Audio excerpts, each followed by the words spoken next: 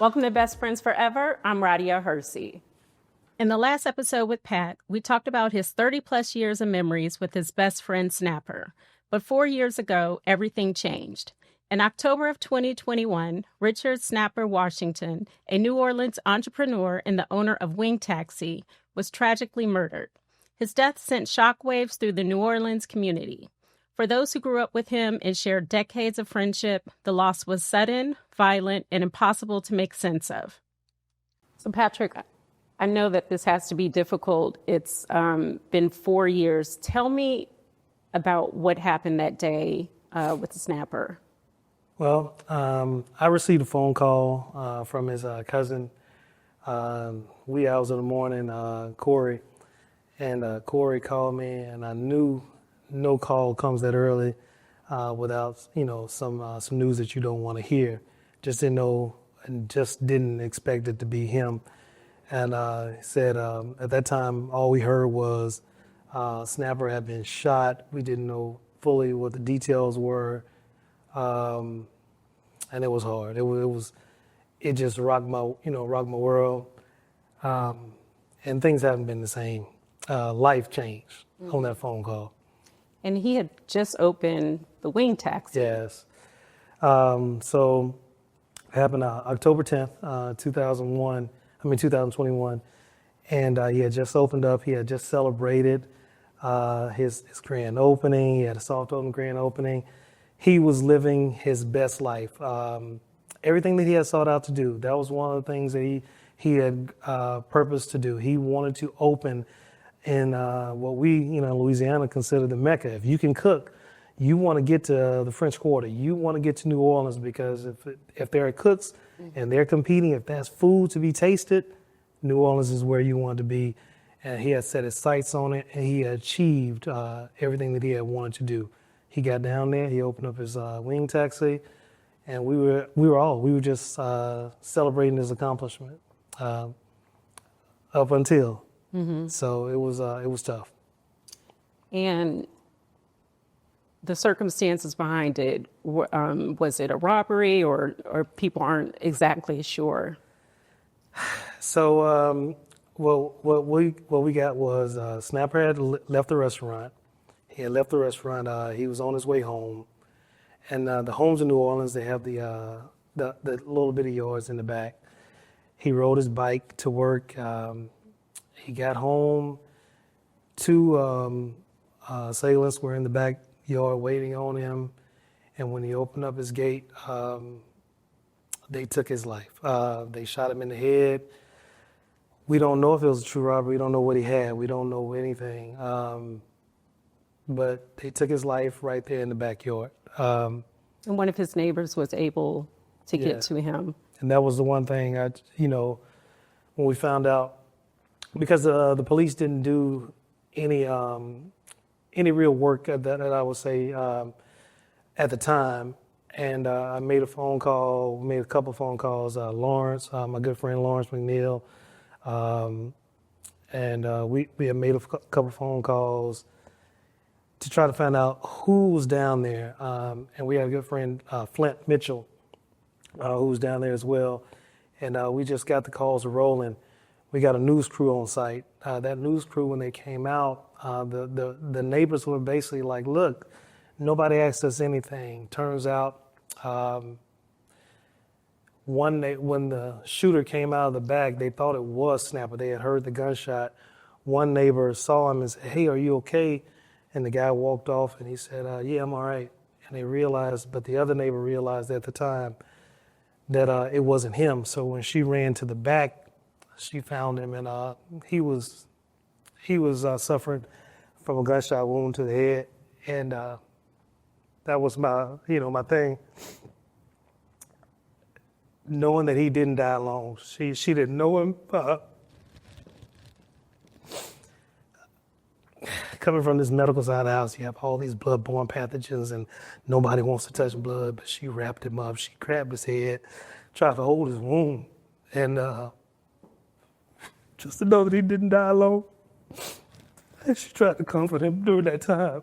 It was the one thing that gives me comfort in knowing that a stranger would still try to love on you during that time. And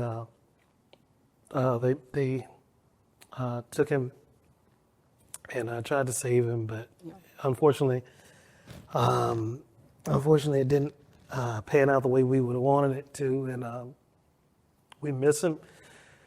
Come to find out there was cameras in the back from another neighbors. So they got the two on camera, but just one of the hardest days of my life. To know that. I don't even know if a lot of people knew in general, but that wasn't the original house that he lived in. I had went in May of that year, which is his birthday. I went down earlier that year and celebrated his birthday with him. And I moved him into that house. So, it was just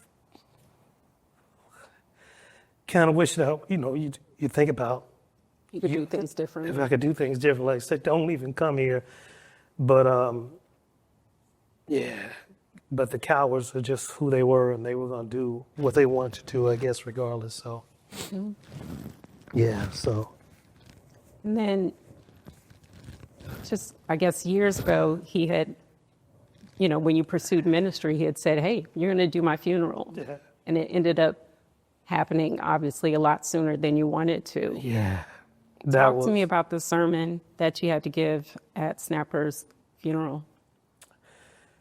I wanted to, like I said earlier, Snapper he had proclaimed himself like, I'll have somebody that's real over me. And I knew how he felt about truth, and I knew how he felt about honesty. And to get up and say anything that wasn't true or wasn't honest, or that I know that he didn't feel would be disingenuous of me, and it wouldn't represent our friendship. And at the same time, I wouldn't honor God, by giving something other than what he would feel. And I just wanted to let people know that who he was and how he lived, but also I think I struck a chord with some people because I said that he died of a broken heart. And people couldn't understand what I meant. I said he died with a broken heart. It doesn't mean in full that he was just a sad person, but I knew that there were relationships that he had experienced heartbreak with, and people who he wanted to support him that did not support him and that weren't supporting him at the time, and some people that he wasn't talking to, and those relationships hadn't been mended. And I know that he died with that broken heart. But also I knew that he had lived his dream. He had opened up the restaurant. He had seen what he had put his hands to, his work to. He was joyous in that nature, but he died with a broken heart as well. But he died knowing that he had friends and he had family that cared about him. But it doesn't discount what I spoke that day. And I just want to honor him in that way. And that was all I could do. And actually, it was a video I look back on from 2011. Matter of fact, it was funny. I remember I accepted my call into the ministry. One of the first persons I talked to was Snap, and Snap was excited. And he simply told me a word that stuck with me, and that was, man, you told me, man, when I die, I know it's a good one in the pulpit over me. Yeah. And that was real to me. And I'm just saying, that's just a blessing. That's the kind of type of friends we've been over the years. It's been a blessing. And he said my godbrother's name, and I never shown that video to anybody. And my godbrother was also one of the ones that was also on the program to speak as well. And it was like he knew. Yeah. So. How has you being a man of faith, how did losing Snapper impact your faith? It impacted my faith in a lot of different ways. We talked about vision often and moving forward. And one of the things we had often talked about was just living out your dreams. I watched Snapper live his dreams. And As a man of faith, I knew that he had accomplished Rhadia some years ago. I told myself that I wouldn't, the day that I die, I didn't want anybody to be sad for me because I knew how good the other side was, because I knew how good heaven was. I don't believe that God would allow me to experience that without having done everything that he would want me to do on this side for him first. Mm-hmm. So if I've transitioned that way, it's because I did what I was supposed to do. My faith is that Snapper did what he was supposed to do. He saw his dream come true. He saw his vision move forward. Do I think that Coward still took his life? Do I think that he should still be amongst us to this day? Yes. But my faith is that I'll see him again. Mm-hmm. And I can honestly tell you that I still feel him. I still carry him with me. I think back on our conversations. Mm-hmm. And when I need that encouragement, I can feel that wind on my shoulder or that tap on my shoulder that he would always give me, just saying, you got this. Man, don't worry about that. And it's hard, but it keeps me going. And I know he would want me to, continue to support our other friends. Mm-hmm. We talk about it all the time. How did it impact your relationships with your friends? He was, like I said, he was very connected to the community. And crazy part about it was I knew, as we all do as friends, right? We know who we have some issues with. And so I knew who he had issues with. And to be able to speak and listen on his behalf and to tell somebody, that ain't how he felt. This is what he felt. You're okay. Has impacted our friendships that we share. We have a really good friend of ours, Lawrence, and McNeil is he's set aside now to travel more. So he's traveling, but we travel knowing that we're taking him with us, because those are things that we wanted to do in the future. We wanted to see the world together. So that's our goal. Our friendships are built where we're going to see the world together. His Aunt Berta just celebrated her 65th birthday. I was just celebrating with her maybe just 2 weekends ago. To have those relationships still, and those cousins and those uncles and everybody else, to let them know that he was a friend, but he was also family. Mm-hmm. Yeah. Are there any lessons that you apply that you've learned from Snapper, and you have a son, that you teach him? Yeah.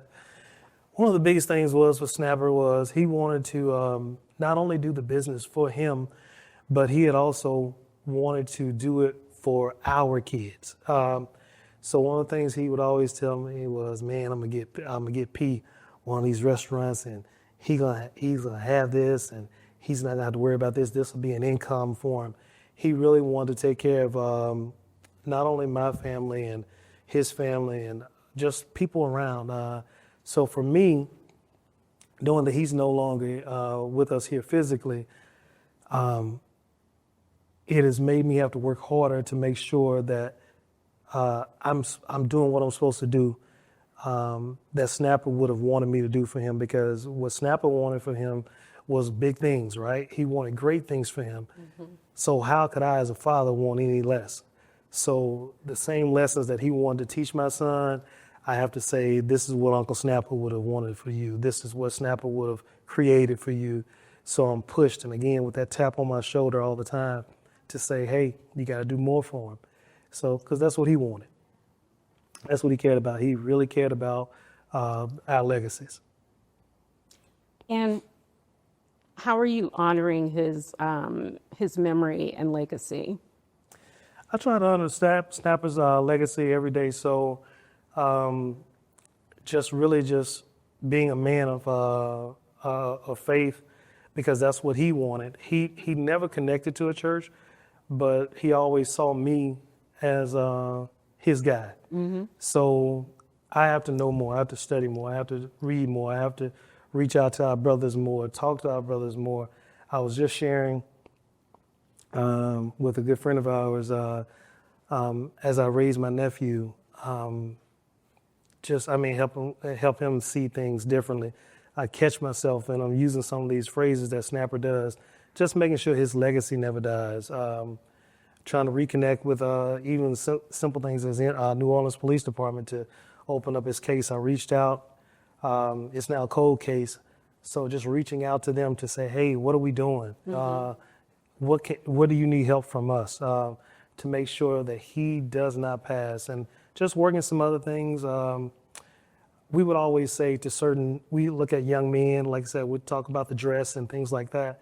What do they need more of? And so what I wanted to do was in the New Year's just start a segment of the PSA, which he always loved, called Hey Nephew, just making sure that we're reaching out to the young men and reaching out to them and giving them life lessons. There are so many men out there, young men, who don't have a big brother like I had in Snapper, or a big brother I have physically in my brother Barry, who gave me what I needed, the nudging, the encouragement, and to remind them that, hey nephew, I'm here for you, and whatever you need to know, I got for you. Yeah. And Snapper also had a daughter as well. Yes. So Lex is she has a lot of her dad in her. She has a lot of entrepreneurial spirit as well. She's started her business, but she's also an educator, and I'm just godly proud of her. I often think about, again, being right here in this city, when she was first born and we were riding, and she was in the back seat. Here I am, flew in from New Mexico, and as we were getting ready to make a turn, I was like, dude, what are you doing? You can make this turn. What, you got the light. And he would normally make this turn, but there was still traffic coming. But the yellow arrow light was blinking. It wasn't green. It was yellow. So we had the ability to turn. To turn, yeah. But he didn't turn. I said, well, what's going on? He said, but when you have a little one, your decisions are different. And that was a lesson for me, right? So to know that what he did for her, even in that turning, he was doing all his life. He was always making decisions on her behalf. And Lex needs to know that her dad absolutely loves her, and she knows it. Yeah. And I reach out to her. I understand, sometimes when the calls don't come back or they're slow to come back, because she's still processing, the family is still processing, friends are still processing. And sometimes we can remind you more of the pain sometimes as friends than the love. But you're still connected with his family. They're like your family. Yeah. Like I said, we just celebrated Auntie Berta's 65th birthday. Everybody was there. We had a great time. I got a chance to see, like I said, my favorite cousins, my little cousins, Corey and Jeremy, and his brother Sean, who Snapper loved as well, but he loved them all the unks, all the aunts. We have a great time. They host these parties. They call them Mo Better. Because Wait, what is it called? Mo Better, because the last name is Moore. Okay. So they said the parties are Mo Better. And so getting a chance to celebrate with Auntie Berta just brings back so many memories and just keeps us connected. And we laughed often because and when it comes to Auntie Berta, I think we did everything to her house. We took the furniture outside. We had parties at her house. Unbeknownst to her, she actually pulled up and we had her furniture out in the yard. So yes, we did. So we threw a whole house party. But I will say this, and I'll share this. So when Tara, when the D'Angelo video, rest in peace. Yes, the D'Angelo video. Rest in peace, D'Angelo. Rest in peace, D'Angelo. When that video came out, I said, oh man, I got an idea. I'm gonna do this video for Valentine's Day. So I'm in New Mexico, I do the video, I go all out. I was in shape at the time. So, so I make the video, I fly to Dallas, come here to Dallas, and we're hanging out. It's, again, he absolutely loved Tara. But we were all watching the video. He's falling out laughing. And Tara's just embarrassed as all get out. Well, that weekend passed. We go on back about our business. I called Tara and I said, hey, how did the video go? Where'd you put it at? She said, well, I thought you took it with you. And I said, well, no, I didn't take it with me. Snapper took the video. Snapper took the video. And when he took the video, now he's like on Boys in the Hood, not Boys in the Hood, Minister Society. He's showing the tape everywhere. Oh my God. Showing the tape everywhere. If there's a party, he's showing the tape. He's showing the tape. So he's showing it at the Mobile parties, right? So I finally come home to Shreveport, and all I hear is, I go in the room, and a couple of the women, I knew them to be Berta's friends, and they were like, hey, you look familiar. I know you. And I was like, well, I've met you before. I've been to these parties before. And they like, that ain't it, Right. So I'm in the kitchen, and I just hear the room go silent in the front. And everybody's kind of like silent. I'm like, what is going on? So I don't know what's going on. And I hear a little bit of a D'Angelo, and I'm like, can't be. And I go in the front room, and all of these people are watching the video. They are watching the video. Girl says, when I come in, she said, oh yeah, that's him. And I was like, yeah, that's me. So I took the tape back, and I gave it to Tara, and I said, hey, guard this with your life. So, yeah, but that's what Snapper did. He fell out. Everywhere he would go, that was his, he's like, look, y'all want to see putt? Tara, we need that tape. We need that tape for post. Okay, we got to edit it in somehow. Tara's like, that is never leaving. Oh man, yeah. We had some great times like that, but yeah. So I'm close with the family. We all just stay connected. We do, yeah. So if there's anything that you could say to Snapper today, what would it be? I think it was, what he already knew, and it was like, I love you, man. I absolutely loved him. I appreciated him. Had some of my best days with my brother. He was, I've said it before, he was so many things to so many people, but he hit me in so many ways. He was friend, he was brother. To be his age, just a year older than me, he was mentor. Showed me some things that I didn't know, taught me about relationships, good and bad. Was a sounding board for me, motivated me to keep going in the military. Just helped me in so many ways. I would just say I love you and thank you, and as long as I have breath in my body, and as long as my son has it in his name will not pass. His name will not pass. And again, I don't think that God is through with me. And as I rise, he'll rise. They'll know him. People are going to know his name. Well, Snapper sounded like an amazing person. And thank you so much for coming on the show and introducing the world to Snapper and his legacy. Yes. So thank you. Thank you, Rhadia, for having me. No problem. And we will see you next time.